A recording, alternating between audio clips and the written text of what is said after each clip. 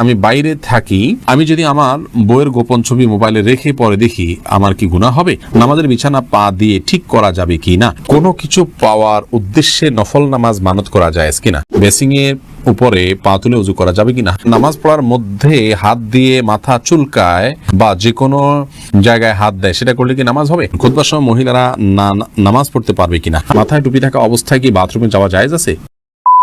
তাহিদুল ইসলাম পলাশ জানতে চাইছেন, নামাজ পড়ার মধ্যে হাত দিয়ে মাথা চুলকায় বা যে কোনো জায়গায় হাত দেয়, সেটা করলে কি নামাজ হবে? হালকা যদি চুলকায় নামাজ হয়ে যাবে, কোনো অসুবিধা নেই, বা হালকা একটু হাত দিলে সমস্যা নেই। কিন্তু এত বেশি চুলকালো, ধরুন 2 হাত ছেড়ে দিয়ে আপনি খুব আরামসে এমনভাবে চুলকালেন যে একজন সাধারণ মানুষ বাহির থেকে আপনাকে দেখে আপনি কি নামাজে আসেন কিনা সেটা নিয়ে তার সন্দেহ হয়, অথবা আপনি নামাজে আসেন এটা বুঝতে না পারে, এরকম যদি হয় তাহলে এটাকে আমলে কাসির বলা হয়। এরকম আমলে কাসির করলে নামাজ হবে না।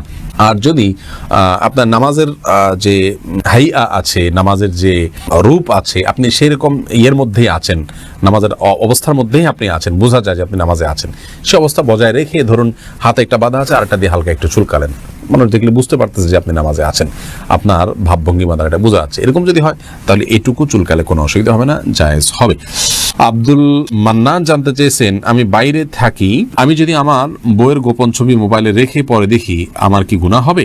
না ভাই, আপনার স্ত্রীর একান্তের বা আপনার একান্ত মুহূর্তের ছবি বা যে কোনো ধরনের ছবি ভিডিও আপনার কাছে থাকলে সেটা আপনি দেখতে পারেন গোপনে, কোনো অসুবিধা নেই, এতে আপনার কোনো গুনাহ হবে না। তবে মনে রাখতে হবে যে এতে তার প্রাইভেসি যাতে লঙ্ঘন না হয়, অর্থাৎ অন্য কারোর নাগালে যেন এটি চলে না যায়, সেজন্য প্রোফাইল লক দিয়ে বা বিভিন্নভাবে সেটিকে আপনার নিরাপদে সংরক্ষণ করতে হবে। আপনি দেখতে পারেন, কোনো অসুবিধা নেই।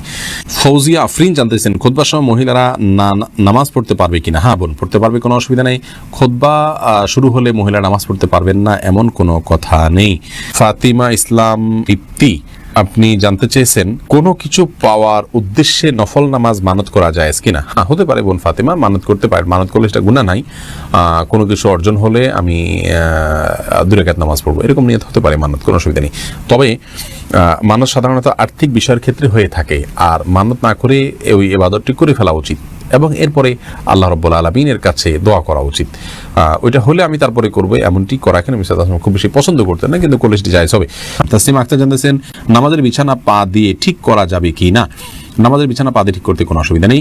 এরপরে সাইদা সুমাইয়া জারাহ জানতেছেন, বেসিং এর উপরে পা তুলে উজু করা যাবে কি না? হ্যাঁ বোন, বেসিং এর উপরে পা তুলে আপনি উজু করতে পারেন, কোনো অসুবিধা নেই, যদি আপনি পড়ে যাওয়ার রিস্ক না থাকে বা নিচে পানি পড়ে অন্যদের পরিবেশ নষ্ট না হয় বা সেটা মুছে দিয়ে আপনি করতে পারেন, তাহলে করতে পারেন, কোনো অসুবিধা নেই।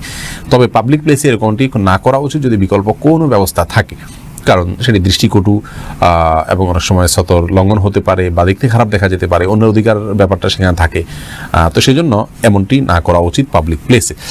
সৈয়দ তাইফুর রহমান তাহসিন জানতেছেন, মাথায় টুপি থাকা অবস্থায় কি বাথরুমে যাওয়া জায়েজ আছে?